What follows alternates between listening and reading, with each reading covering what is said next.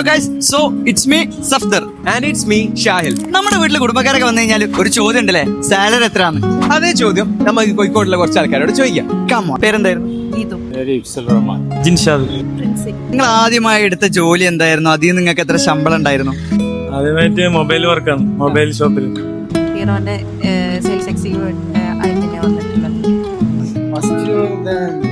ആദ്യമായിട്ട് ജോലി എന്റെ ഫാദറെ കൂടാണ് ജോലി എടുത്തത്. ഞാൻ കല്യാൺ കേന്ദ്രയില് സെയിൽസ് ആയിട്ട് അവിടുന്ന് 10,000 സാലറി. 12,000. അന്ന് 4,000 ആണ്. 350 റുപ്പീസ് തന്നെ വീക്കിലി തരാറ്. അന്ന് കിട്ടിയ എമൗണ്ട് നിങ്ങൾക്ക് തികഞ്ഞിരുന്നു? ശരിക്കും സാറ്റിസ്ഫൈഡ് ആയിരുന്നു ആ എമൗണ്ടിൽ? ഇല്ല, സാറ്റിസ്ഫൈഡ് അല്ല. അന്ന് കുഴപ്പമില്ലായിരുന്നു, പാർട്ട് ടൈം ആയിട്ട് കുഴപ്പമില്ലായിരുന്നു. പഠിച്ചതിനനുസരിച്ചുള്ള ജോബ് കിട്ടുന്നുണ്ടായിനോ? അതില്ല. പഠിച്ചതിനനുസരിച്ചുള്ള ജോബ് കിട്ടിയിട്ടില്ല. ഇല്ല. നിങ്ങൾക്ക് ജീവിക്കാൻ ഇപ്പൊ എത്ര പൈസ വേണ്ടി വരും ഒരു മാസത്തിലൊക്കെ? 25,000 മിനിമം ഒരാൾക്ക് എന്തായാലും സാലറി വേണ്ടി വരും.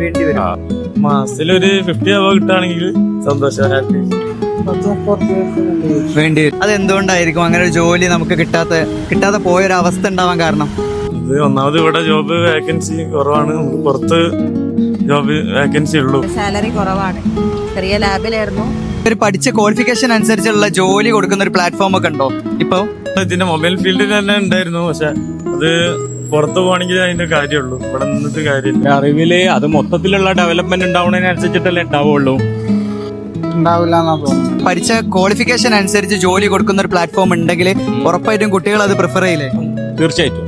പ്ലേസെക്സ് എന്നുള്ളൊരു പ്ലാറ്റ്ഫോം ഉണ്ട്, അതുപോലെ പ്ലേസെക്സ് എന്നുണ്ട്. പഠിച്ച ആളുകളുടെ ക്വാളിഫിക്കേഷൻ അനുസരിച്ച് ജോലി കൊടുക്കുന്ന ഒരു പ്ലാറ്റ്ഫോമാണ് പ്ലേസെക്സ്. ഇതുപോലുള്ള പ്ലേസെക്സ് പോലുള്ള പ്ലാറ്റ്ഫോംസ് ഉണ്ടെങ്കിൽ ഉറപ്പായിട്ടും ആളുകൾ തീർച്ചയായിട്ടും.